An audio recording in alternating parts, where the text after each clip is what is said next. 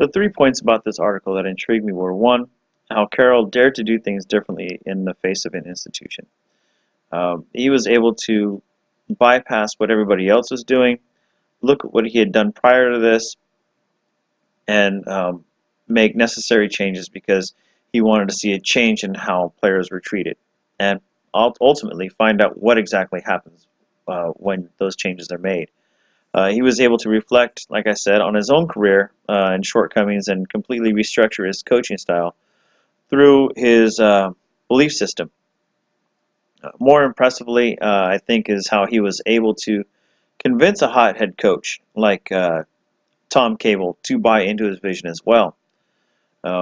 Sometimes getting people to believe in what you believe in is not always easy, but you can go from one spectrum to another based on your belief.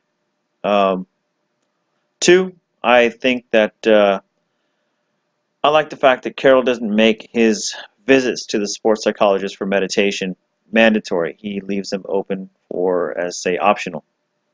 But as more players believe in this, the more players show up, it begins to spread, a lot like his move to yoga.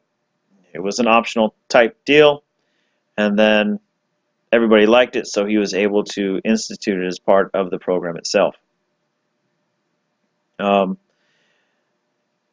like the fact that he takes extra time to talk to rookies and counsel rookies so that they can make a positive transition to the NFL. I believe that to further his belief system, Carroll takes the time to treat people like people instead of a commodity. Most of the time when you're paying somebody, you just do what they say, and that is that. Instead, he is bridging the gap between player and coach, and ultimately, I believe it's going to be owner and player. Evidence of this is based on drafting players based on character as well as physical abilities, because quite honestly, you can't win if you don't have the talent. But talent goes a little further if you have the character. Making staff available as a human resource department to listen to concerns and talking to players who might not be performing as expected, instead of writing and embarrassing them in front of the team.